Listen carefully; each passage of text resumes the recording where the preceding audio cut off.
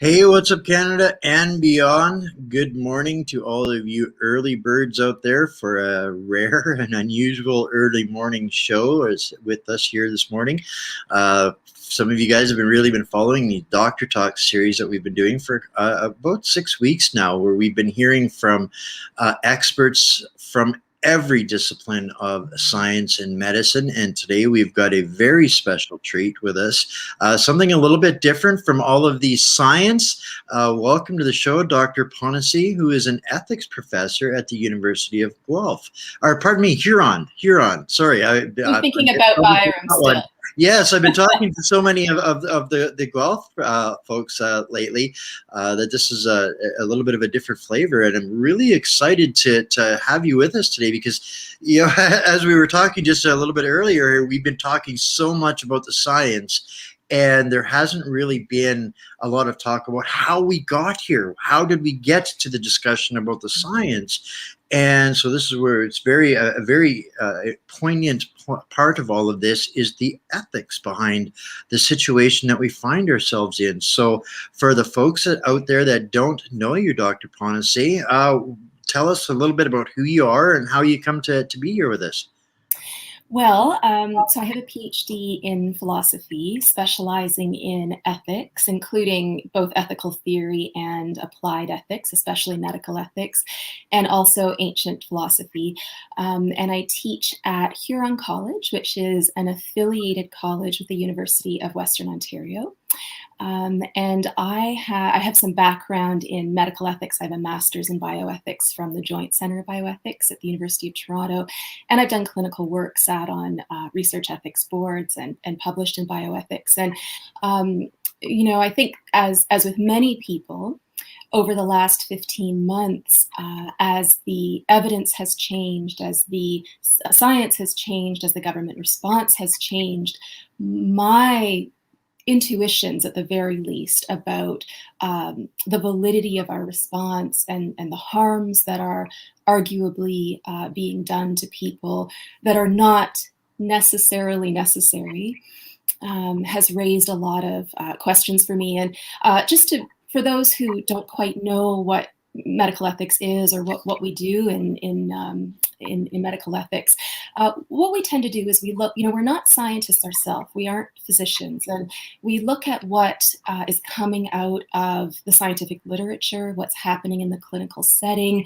We look at how medicine is practiced. We look at, the benefits that come from certain treatments, the harms that come from certain treatments, and then we pull back from that clinical scientific information and ask bigger questions about whether or not the harms that we're seeing are necessary, whether they're justified, the degree to which individuals have the right to make decisions about their own health care, and what we need to do as healthcare providers, as government officials, to support individuals' rights to make decisions about their health. So we talk a lot about informed consent, and I think that's a really relevant concept in this particular COVID situation.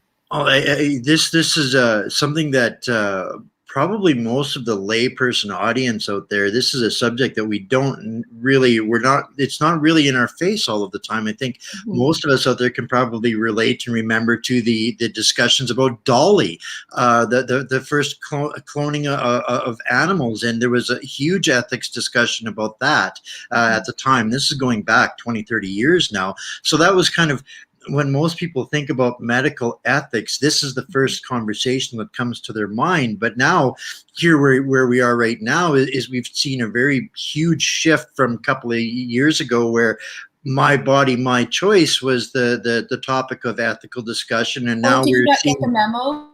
We got in there. Well, and this is exactly where we're at today, and we're like, oh my goodness, now what happens to this? Yeah, one of the big concept in ethics is normativity. So the idea is that we ask about what ought to be done, what should be done, and not just what's possible. So when we're talking about cloning and artificial intelligence and manipulating the human genome and things like that, it's very clear that there's a great deal of potential to do that to an incredible degree. The moral questions have to do with whether or not that's preferable and what kinds of harms can be precipitated from that. And so when it comes to something like the COVID situation and the vaccines that came on the market, and now they're being introduced in the younger and younger populations, and children who are 12 years are able to get them, and not only get them, but without parental consent. And now children as young as 6 months are being enrolled in trials. It's very clear that the science makes the development of vaccines possible. And that certain economic and political factors make it possible for them to come on the market. But those aren't the only questions worth asking. And possibly they're not even the most important questions. I think the most important questions are whether or not the vaccines are justified, whether there are harms that come from them, whether there are unknowns that we haven't explored yet, and how we deal with those unknowns, how we make decisions under conditions of uncertainty. So all of these questions to do with what should we be doing, how ought we behave, should behave, and how should we be thinking and making decisions. To me, there's a real vacuum in the public discourse in terms of addressing these particular questions.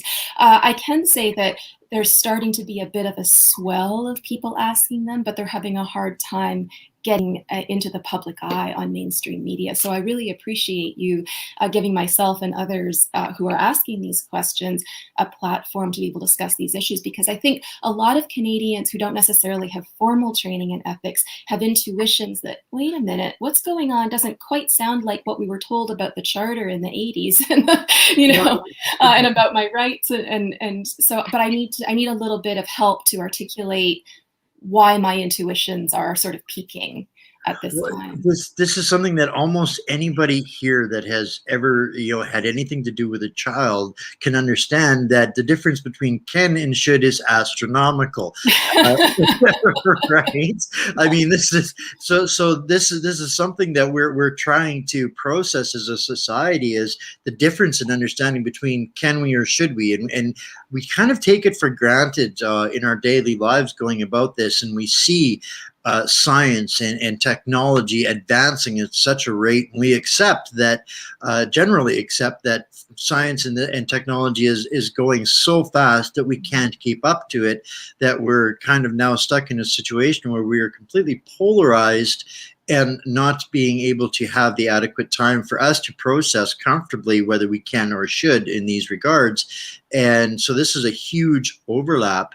And so what about this, and this is the vacuum that you speak of, what was it specifically that brought you off of the the bleachers from watching all of this going on to taking part? Because honestly, I know that you're connected with a lot of these doctors that I've been speaking with, but I didn't find you through them. I found you through an interview, or pardon me, through a video that you had done yourself, about a 15-minute video. And I listened to that and I thought, holy mackerel, this is the missing link in the discussion. We're becoming so polarized with the science. When do we take a pause and talk about the can or should? I'm glad you brought up this term science, because the linguistics of the COVID narrative are incredibly powerful, right? And perhaps no word has been used as a vehicle, and I almost use the word weapon there, but I'll try to be a little bit more neutral and say vehicle. Almost no word has been used as a greater vehicle in this COVID narrative than the word science. And the word science is being used to justify and enforce certain actions, and to sideline the questioner. And science, the word, I think, has almost become a synonym for goodness or virtue or perfection. Or I really agree. Right? And so if someone says that lockdowns are supported by science, not only do they mean what I think we have traditionally meant by science, which would be something like there is a great deal of evidence to show that lockdowns produce greater benefit than harm, or something like that, right? Evidence-based. But now, if the government says lockdowns are supported by science, we mean lockdowns are good, lockdowns are virtuous, lockdowns are expected of a good citizen, of a moral person. And anyone who not just defects from those restrictions, but who questions them is not only against science, is not only unscientific, but is a poor citizen, is a second-class citizen, is cast outside of the tribe, outside of the herd, and is not just not to be listened to, but should be vanquished as quickly and efficiently as possible. And I think that over the last 15 months, we have seen a great deal of collateral damage as a result of the government's narrative, and most of that damage has been done to particular humans, and there are some economic, I think, damages as well. But science, I think, has been a casualty of the pandemic. That's one of the things that came up in my last discussion with Dr. Bridle, and it's kind of where people are so polarized by this, they're not even realizing the impact and the import of somebody. Here was Dr. Bridle, who is a pro-vaccine scientist who is being vilified because they have weaponized that word and not allowed the scientific discussion. And rather than having people having these actual discussions, like traditionally, I would have probably been on the opposite side of the debate, questioning Dr. Bridle about the science. I want to know about the science, but here we are, unlikely allies in asking for a debate to debate the science. Let's not stop at the polarization of the wording that has been weaponized. Let's dig deeper into that, and this is where Canadians are seeing, I think, a huge disservice to them by exactly this. It's created a distrust and a lack of trust in the actual scientists, because the politicization of this word, perhaps might be a better word than weaponization, the politicization of this word has created an unfavorable environment for actual meaningful discourse. Exactly, completely. And I'm not a scientist, nor am I a philosopher of science, and they would certainly be the ones to ask about this. But the hallmark of science and the scientific method, from what I understand, is falsifiability. And that's the idea that it's in principle possible to disprove a theory. And I think, practically speaking, what that means is that if you present a scientist with sufficient evidence to show that the theory he or she defends or presents is false, then it should be possible for that scientist to amend or give up that theory. Right. And that just isn't what we're seeing happening, right? The one thing I like to do whenever I do an interview like this is just to say to people that myself and a lot of the scientists and physicians who are looking at the body of evidence in medical and scientific journals feel very strongly that what's being communicated to the public about what's happening within science is very different from the reality. Right? Well, traditionally, we would expect that in a time of crisis, the most discussion possible would be encouraged, rather than all discussion silenced, so long as it doesn't promote the politicization of this. And this is, I think, what has really raised the red flags of the population and actually worked against the initiatives trying to attempted by the controlling powers that be. And this is unfortunate that we end up like this. And we're seeing, I think, a polarization between science on the one hand and concepts like pseudoscience, misinformation, false science on the other hand. But I think what we're failing to realize is that science is not a perfect, unified, whole, certain entity, right? The idea behind the scientific method is that you develop a hypothesis, you test it out, you see if your evidence supports the hypothesis. If it does, you have a theory. If it doesn't, then you go back to the drawing board and you amend that theory. Pseudoscience, on the other hand, right, is that you don't dare ask questions. You start from a preconceived idea. You have a kind of confirmation bias, which means that you accept only the evidence that supports your initial idea, and you reject all evidence that doesn't support that idea, and that you trust the experts.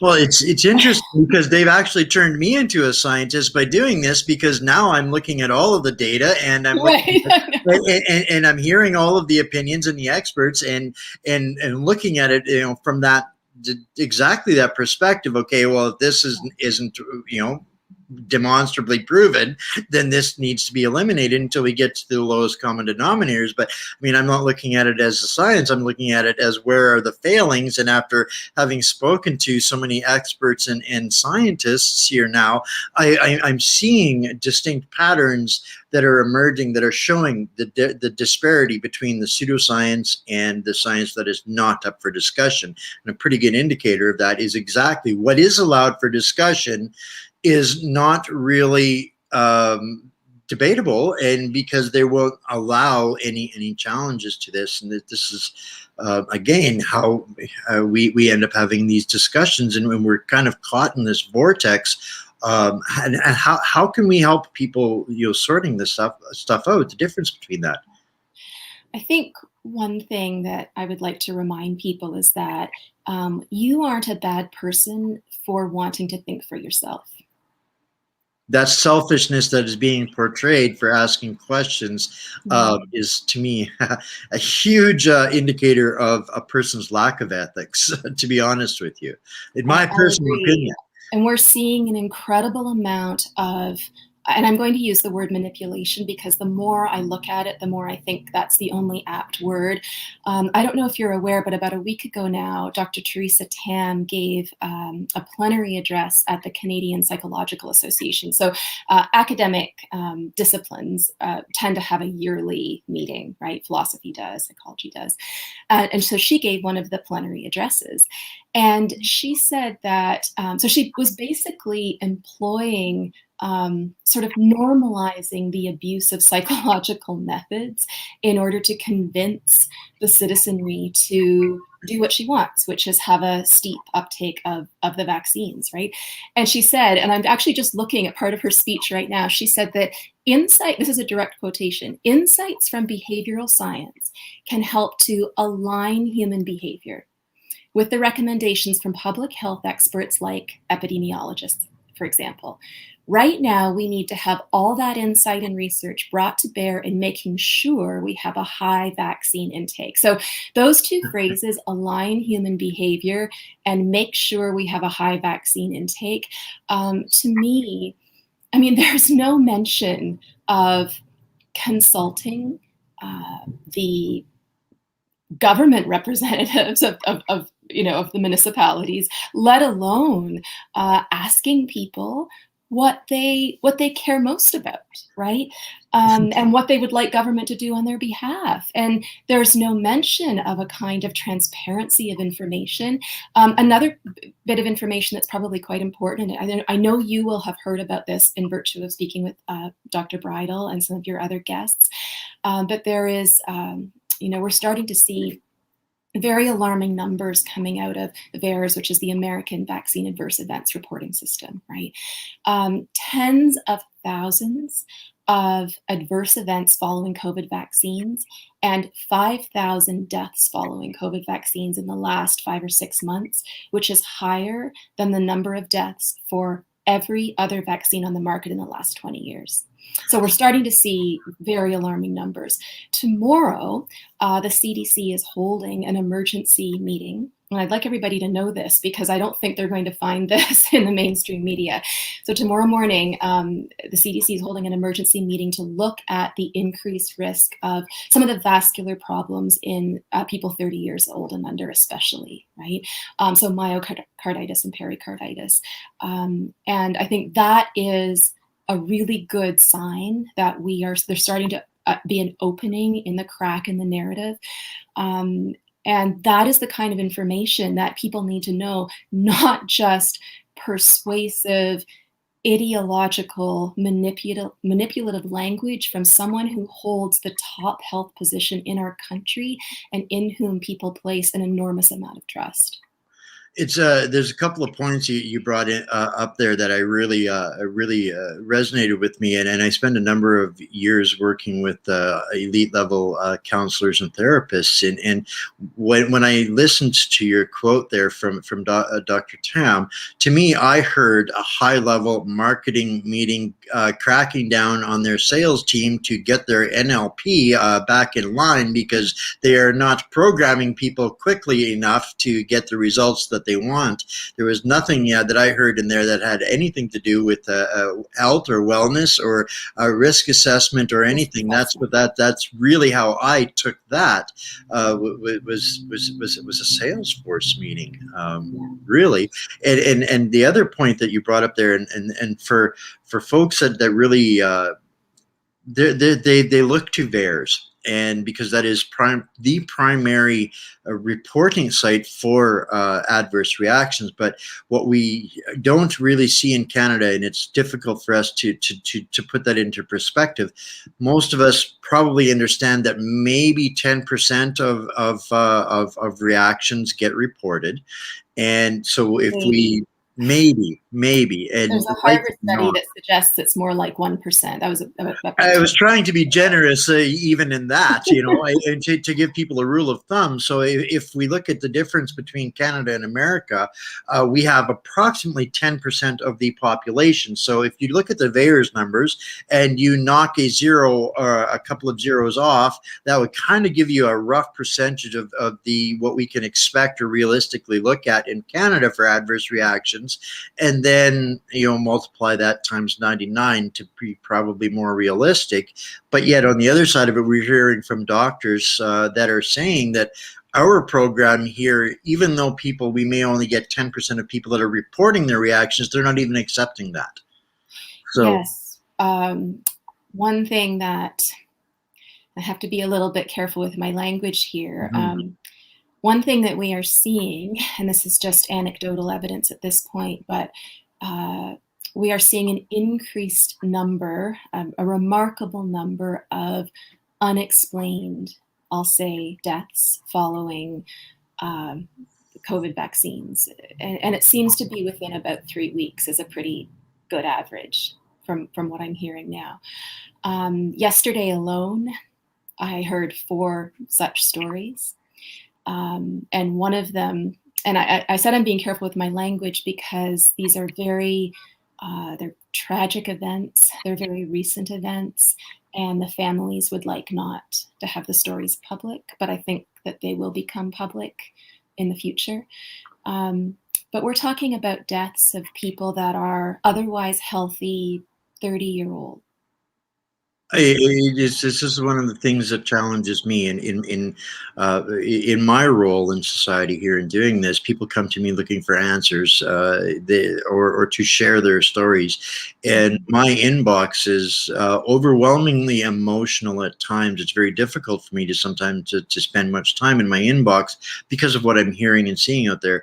And this is primarily what I'm hearing, and it's not even just about young people. It is unknown effects, things that are happening that their local MDs and physicians, they're not specifically attributing, and I don't want people to misconstrue what I'm saying here. They're not specifically attributing this to this vaccination program, but what we are seeing is a massive range of things that are transpiring that are foreign to anything that doctors are used to experiencing. And this has almost become an epidemic in foreign events that people they're hesitant to attribute it to this. But when you take a look at what is the common influences of our society and what has been newly introduced to our society, it's pretty hard for even the most layman person to not think that, okay, there's some sort of correlation here between all of these strange things that are happening and what has been introduced to society. So not to try and get any of us into trouble, but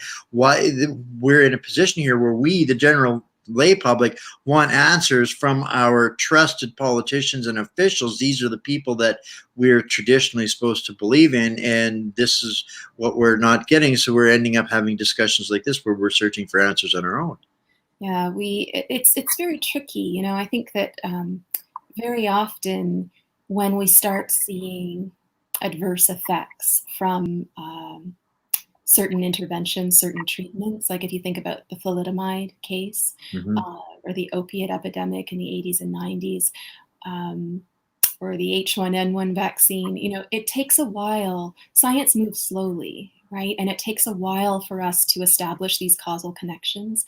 And so in these cases where a 30-year-old passes away a few weeks after getting one of the vaccines, and maybe there is or isn't an autopsy, and it's most likely going to be determined to be inconclusive.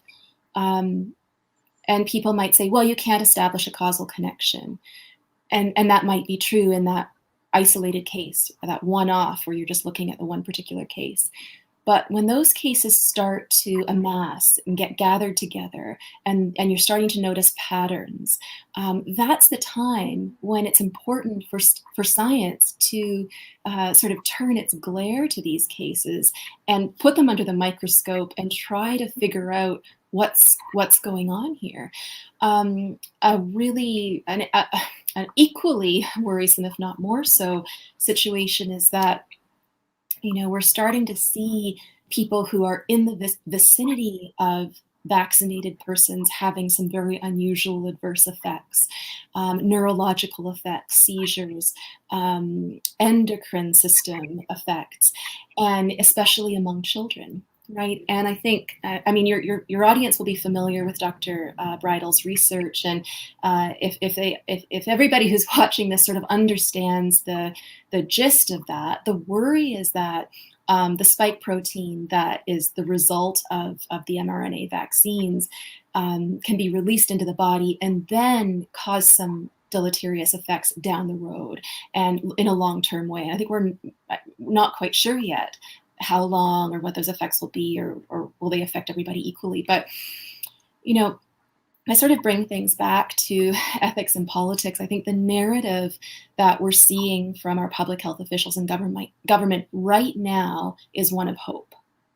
And it was one of fear for a long time, right? And all the language was language of fear. And now we're starting to see these public health advertisements, really, telling people that, you get the vaccine, and then you can get together with family, and life is opening up, and you can hug again, and you can high five again, and you can gather with your family, life will come back to normal. And the language in the media and social media is very much language of hope. But I think that we are looking at 3 different possible scenarios for the fall. And I mentioned earlier that one thing we do in ethics is try to think about how you make decisions under conditions of uncertainty. And this is a condition of more uncertainty than I have ever experienced, and higher stakes than most of us will ever know, right? And I think for the fall and the coming months, 5, 6, 12 months down the road, we're looking at 3 possible scenarios. One is that the majority of the population will be vaccinated, and possibly quite a high percentage. And it will turn out that COVID numbers continue to go down, COVID goes away, the vaccines are safe, adverse effects are minimal, end of story. And that would be the story that you need to tell, or that needs to be true, in order for hope to be rational right now. Right. There are 2 other options, and they get scarier as we go down the line, right? The next option is that the vaccines will prove to be harmful for a percentage of those who have been vaccinated, and that we will start to see increasing numbers of neurological and vascular effects, and endocrine system effects, and infertility, and I think we don't have a sense now what those percentages will be, but just increasing numbers. And the third worst case scenario is that we will see effects like that, not just for the vaccinated, but for those who have been unvaccinated as well. And those second 2 stories make our current state of hope unfounded, misplaced, and irrational. I would we actually all want hope. I don't, we want a story of hope. We want things to turn out well. We want to be able to trust people. We want to be able to trust our government. We want to be able to trust our family members who are putting pressure on us to get vaccinated. But just because a feeling feels good, it doesn't mean that it's well-founded or rational. I would even add to that, in my opinion, irresponsible at this point when we see in Alberta, now a lottery, and and added to this yesterday. He added on more perks and bonuses to this lottery, so they're jacking up the value of this lottery. Tell us what you think about that. Yeah, this is not the only this is not the only one. There have been, Detroit, Ohio, New Mm-hmm. York. Mm-hmm. Um, you can only play the lottery if you've been vaccinated, and it gives you an increased chance. And I've said in other interviews that I think our health is just never the kind of thing that should be incentivized, that we should trade off for the sake of money or security. And so when you start trying to encourage, I'll say, or maybe coerce people to make a decision about their health for extrinsic reasons, right? So reasons that don't have to do with the health situation itself, right? So because you might make money, or you might get a better social position, or you might get a vaccine passport, or those are extrinsic reasons, right? Health, the more important something is, the more we should be making the decisions about it on the basis of intrinsic reasons. So when it comes to health, the only things that should matter are, the evidence presented that support the fact that if you make this decision, you will be better off in terms of your health. But it should not have anything to do with money. I just saw, now this is not money per se, but it has to do with sort of coercing behavior, a little bit in line with Theresa Tam's language. In New Brunswick, the Deputy Minister of Education, I believe, just sent a memo to the superintendents of schools outlining some language that could be used in order to encourage students to get vaccinated. And there were 3 questions listed, and I'm trying to remember what they were. One was, don't you want to be able to see your friends again? Don't you want to be able to play at recess? And I forget the third one. But so we're seeing an incredibly entrenched, institutionalized, politically mandated undermining of our right to informed consent. And as difficult as it is for an adult to do a risk analysis, as you mentioned earlier, to sort of weigh the risks of getting COVID from the risks of the vaccines, as hard as that is for an adult, and to resist all of these pressures coming from public messaging and social groups and friend groups and social media, what in the world is that like for a 16-year-old or for a 12-year-old? Right? Well, I think that there's some doctors that have been speaking specifically to that, and I don't think that we can even calculate the cost of that yet, and I don't think we will be able to for generations. In my mind, I'm flashing through some of the stories that I've just read in my inbox in the last couple of days that tell the truth about the impact on just the youth, and it's almost impossible for us to not expect them to succumb to this this narrative at this point in time, because I mean, really, they've been so bombarded with negativity. The end of the world, the climate crisis is going to get us all, and so now youths that have gone from 14 to 18, they have never had a moment of peace where the world wasn't ending, and now with COVID, they're seeing their entire structure being demolished. Why bother? Why bother trying? This is what I'm so mortified about, because I think this is only just beginning to start to show its face in society. You mentioned the climate crisis, and I think as much as there's been an attempt to make that personal, right? So trying to sort of change people's behavior so as not to contribute to greenhouse gas emissions or something, as much as that's been made personal, this COVID situation is deeply personal. There's language, you see language on social media that's reported from people who have observed conversations between parents and children, teachers and children, and then within sort of adolescent and child friend groups. And it's the language of, don't you want to protect your family? Don't you want to protect your elderly grandmother? Don't you want to, I know that risk is not big for you, but I was actually just looking at a poster that was created by Ontario's pediatricians the other day, and there were sort of frequently asked questions and how to respond. And the last question was something like, do children need the COVID vaccines? And the answer was yes. Even though, and it goes on to say, even though children are less at risk for contracting COVID, everyone needs to get the vaccine in order to reduce transmission in society or something like that, right? And I think children are being sent the message, and as a university instructor, I've talked to a lot of people in the sort of 17 to 21 year age group, and they tell me that they feel incredible pressure. On Monday, actually, I'm interviewing I'll say a university student, second-year university student, who wants to speak out against the university mandates, but wants to preserve anonymity because she's too afraid of what people, including people in her friend group and in her family, will think if she doesn't get on board with the program.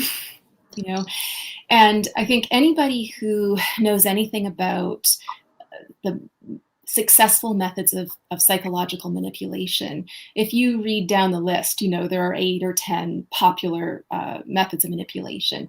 The COVID narrative that we're getting from our government hits all of them. 2 that we can think of. One, there's the bandwagon effect. So the idea that you want to get everybody on board with the program. But a lot of people have already done this. Good for them. Don't you want to be part of the virtuous group? Don't you want to be part of the tribe that's helping?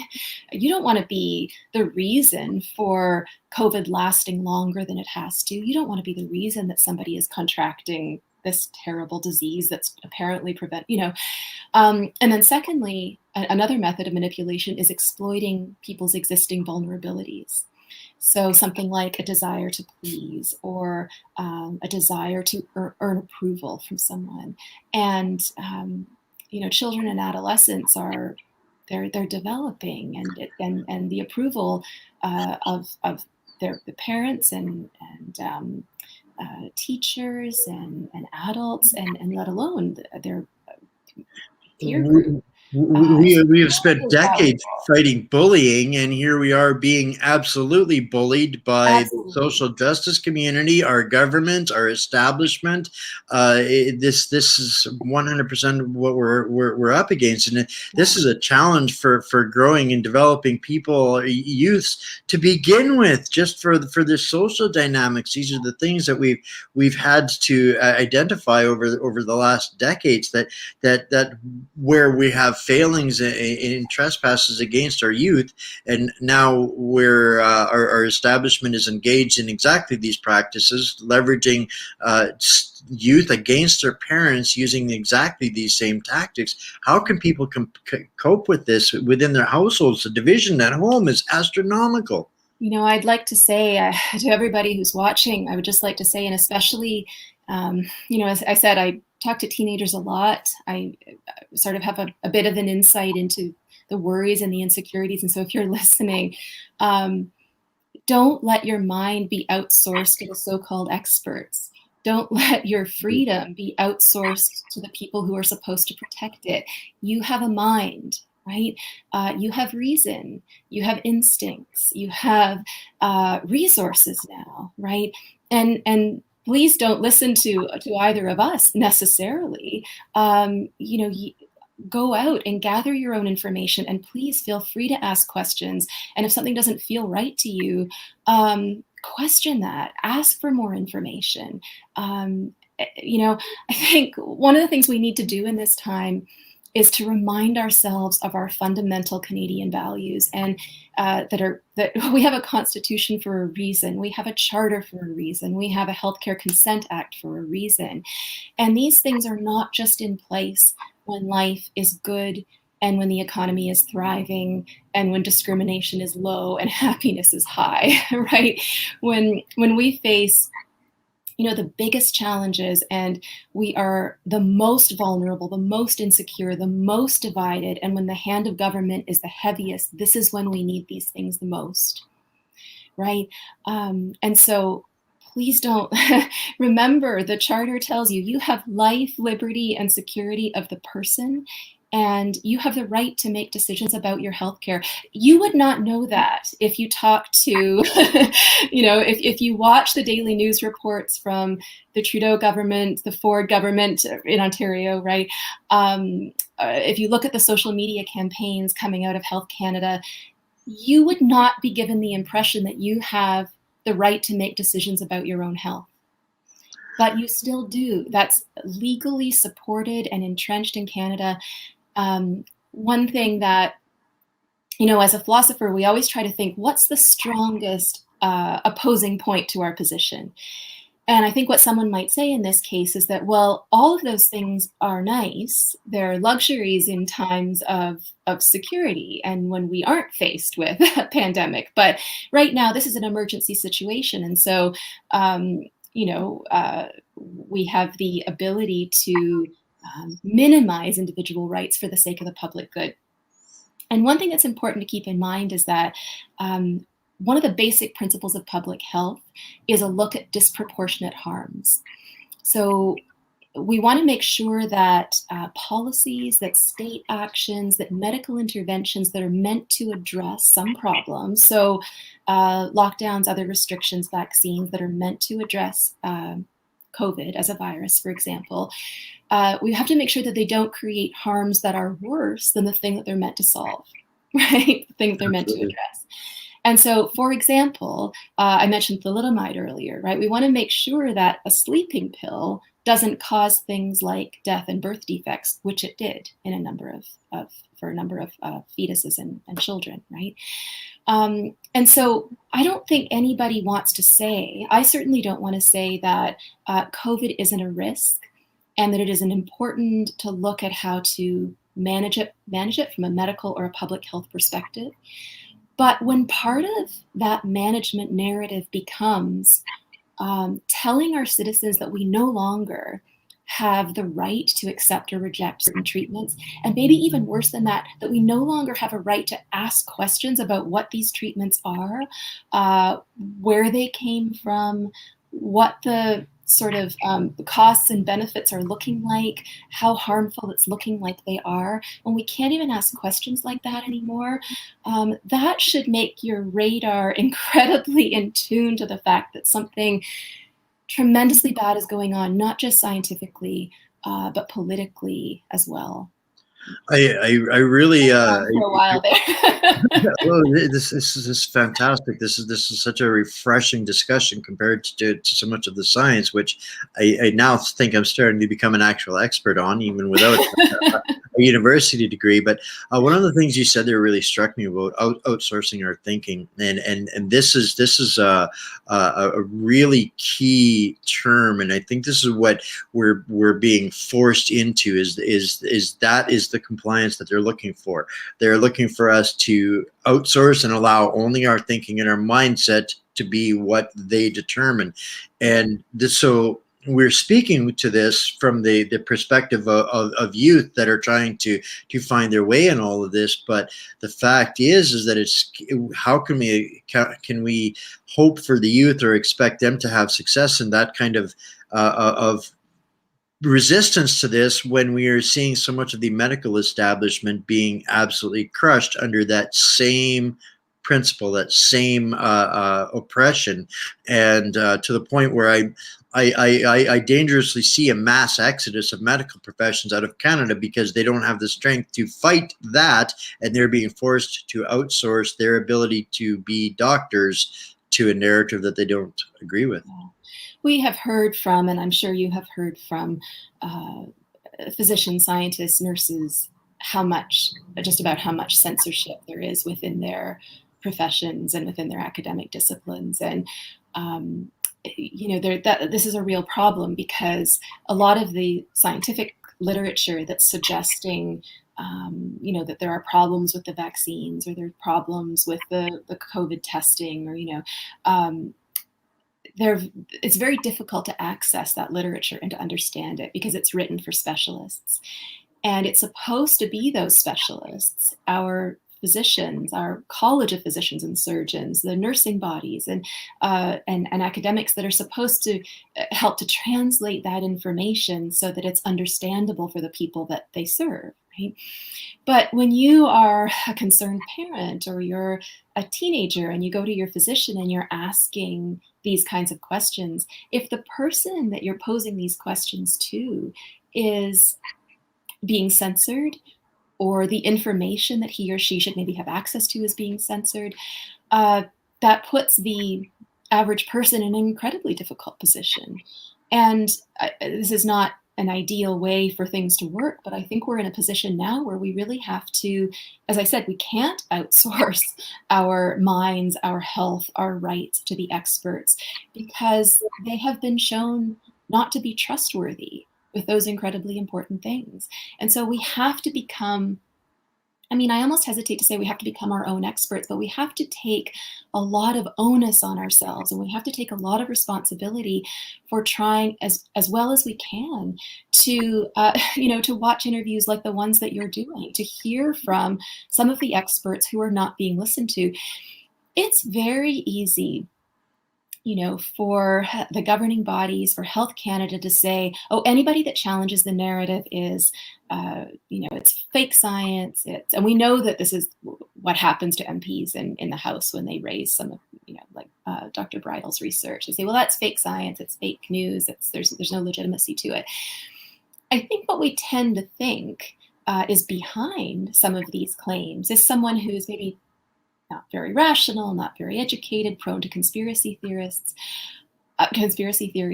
And the truth is that, the group to which I belong, the Canadian COVID Care Alliance, is over 100 strong now, of incredibly well-educated, well-credentialed, well-respected academics at some of the top universities in Canada, and physicians and professionals. These are people whose opinions are very difficult to dismiss. And that is why I think they're having such a hard time getting a position in the media, right? Very fortunately, and I'm sure you know about this, today at noon, we're probably at noon already, Derek Sloan, right, is holding a parliamentary press conference in Ottawa, and Dr. Bridle will be there, a physiology professor from Western, and Dr. Patrick Phillips, who treats people in rural Ontario, to try to bring to light a lot of these issues. So I hope a lot of your viewers, when we're done here, will hop on, and I think you can watch it through Derek Sloan's Facebook page and on CPAC as well. So yeah, that's the kind of thing I'm talking about, right? That you've got to go out and look at the information yourself. And again, I'm not saying don't automatically trust what these people are saying, but allow it to be part of your discourse, allow it to be part of what informs your decision making, and trust your instincts. I think there's a huge gap in between the reality and what our establishment and our bureaucrats understand and think. And I'm going to humor you with a little bit of quote. I think a quote that absolutely reflects this and it highlights exactly what Derek Sloan is doing this afternoon, and what this COVID Care Alliance group of highly educated minds. So with that, I want to put this quote out there for people to give them a little bit of strength and reassurance that they're on the right track in this, and that it is the mark of an educated mind to be able to entertain a thought without accepting that. This is exactly where we're at. This is one of the greatest minds in history, philosophers that has shaped the planet as we know it. And here we have an establishment that is trying to erase one of the foundations of our society that is so evident even in just a simple little quote like that. Thank you for that. I think that is so important. And it's what's missing in this debunking, fact-checking era in which we live.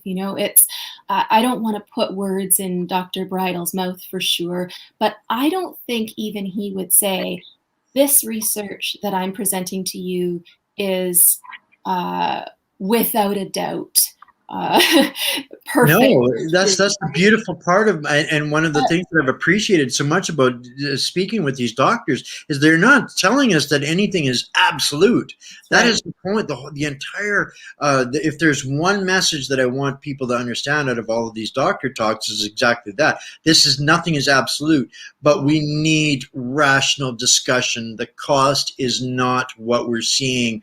This is not the reality of the situation that is being rammed down the people's throats, and We we need should be to trusting our instincts. invite people to the table and not slam the door in their face, right? The Exactly. scientific community needs to say to Dr. Bridle, this is really interesting, and this is potentially worrisome, and it's a case of asymmetric consequences, right? So far, maybe we haven't seen, someone might say, oh, well, you're just talking about a few cases, or there have only been a few VAERS deaths, but because the risks, the harms of these vaccines are so great, we want to make sure that we're preventing the worst case scenario, right?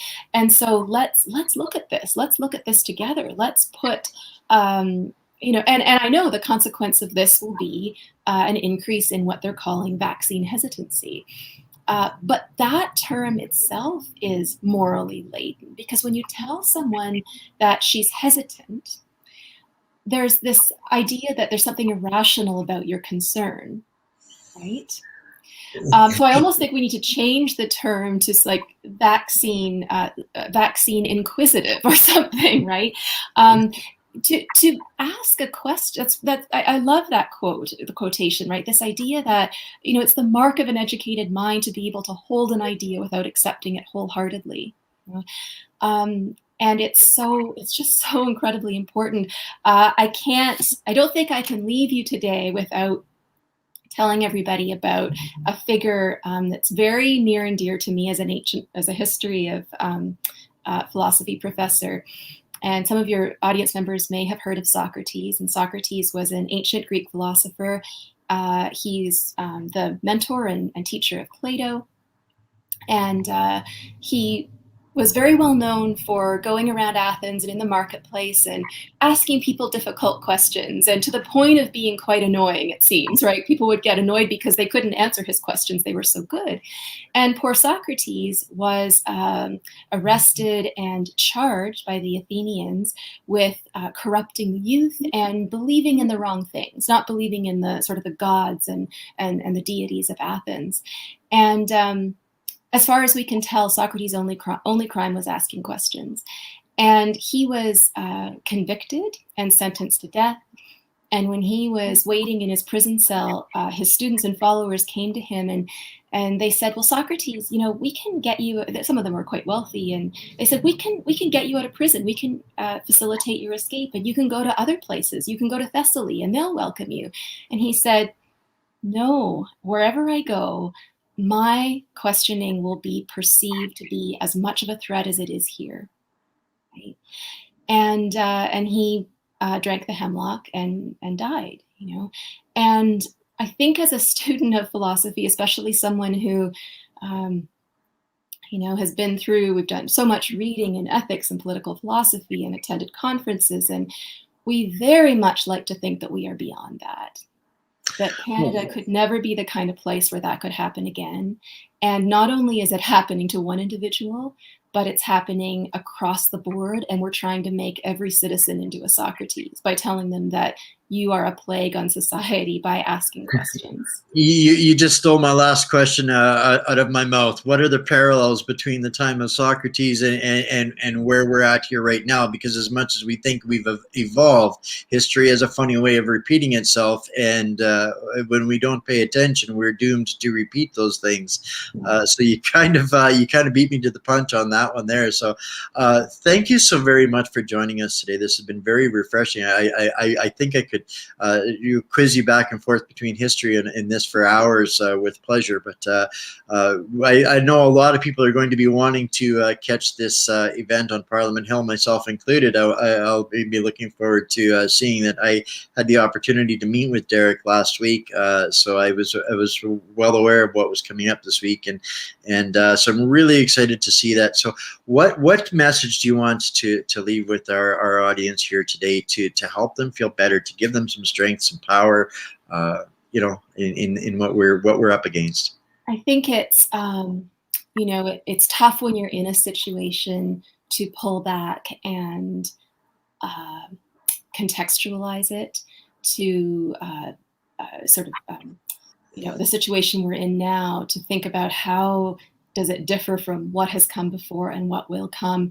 And I have no doubt in my mind that the last 15 months has earned itself a prominent place in every medical ethics textbook that will be published over the next century, no doubt. What I would like to see is that it's a story not of doom and gloom, not of one of those two worst case scenarios that I mentioned earlier, but that it's a sign of people standing up for themselves, reasserting their rights, coming back to the fundamental documents that, as I said, are supposed to serve us and guard us in the worst possible times, and to feel free and supported, to ask questions, and to give each other grace and understanding, but to remember that the core principle of a free democratic society is the right to think for ourselves, to ask questions, to engage in dialogue with others without fear of punishment or censure. And that can't happen unless each one of us is brave enough to do our part. I really appreciate that. My takeaway out of this is don't outsource your group. Don't outsource your mind to the group think tank, and your instincts are there for a reason. Don't be ashamed of it, and ask questions, because that's ultimately how we retain our humanity at the end of this. That's right. Well, thank you so much for your time today. I really appreciate that. Hopefully we can get together again and have another discussion about some of these kinds of things, because I think voices like yours are sorely missing from this, from the noise out there. It's one thing to get lost in the science, but the can we and should we is the most important part of it all. Thank you so much for your time today. That's right. Thank you so much.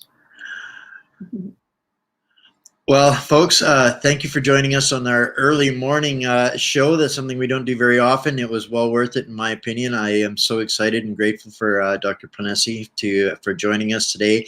Share this out, guys. Have faith, have strength, find yourself in all of this, and do not succumb to the abuse. And remember that if they're coming after you, trying to silence you with something, you have an educated mind. You can entertain a thought without having to accept it, and challenge them to do the same. Settle them down, slow them down, and say, hey, let's entertain a discussion. All right, guys, I love you all. Stay Canadian, stay strong, and we will make Canada again. Bye for now. We'll see you real soon. Oh, tomorrow night, special event show. Join us for that. Something different again.